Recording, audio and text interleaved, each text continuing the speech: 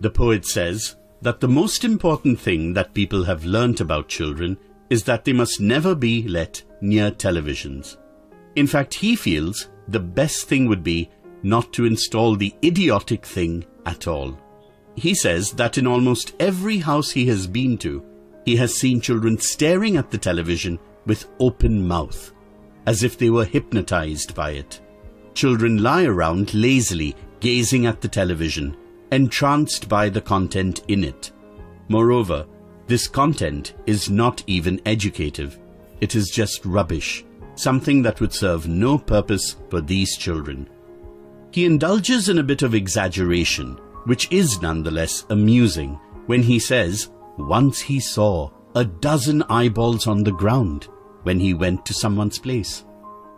Later on, he describes the possible reasons for the parents' approval of this ghastly affair.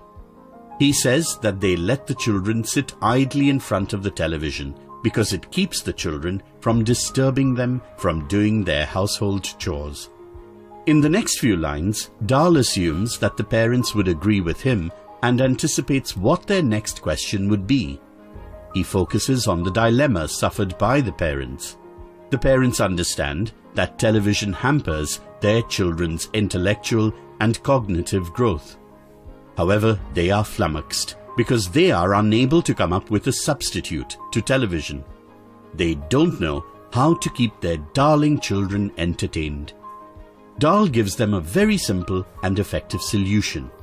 He asks them to think about the time when television wasn't invented.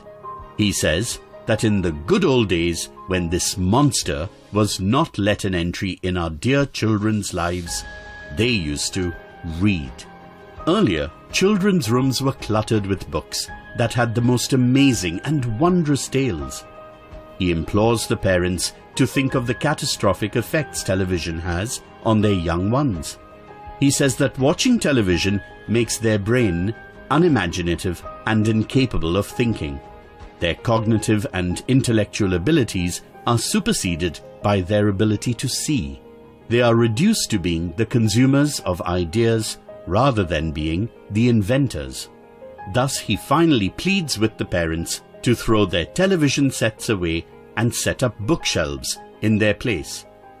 He hankers for the old days when life was simpler and men could enjoy little pleasures.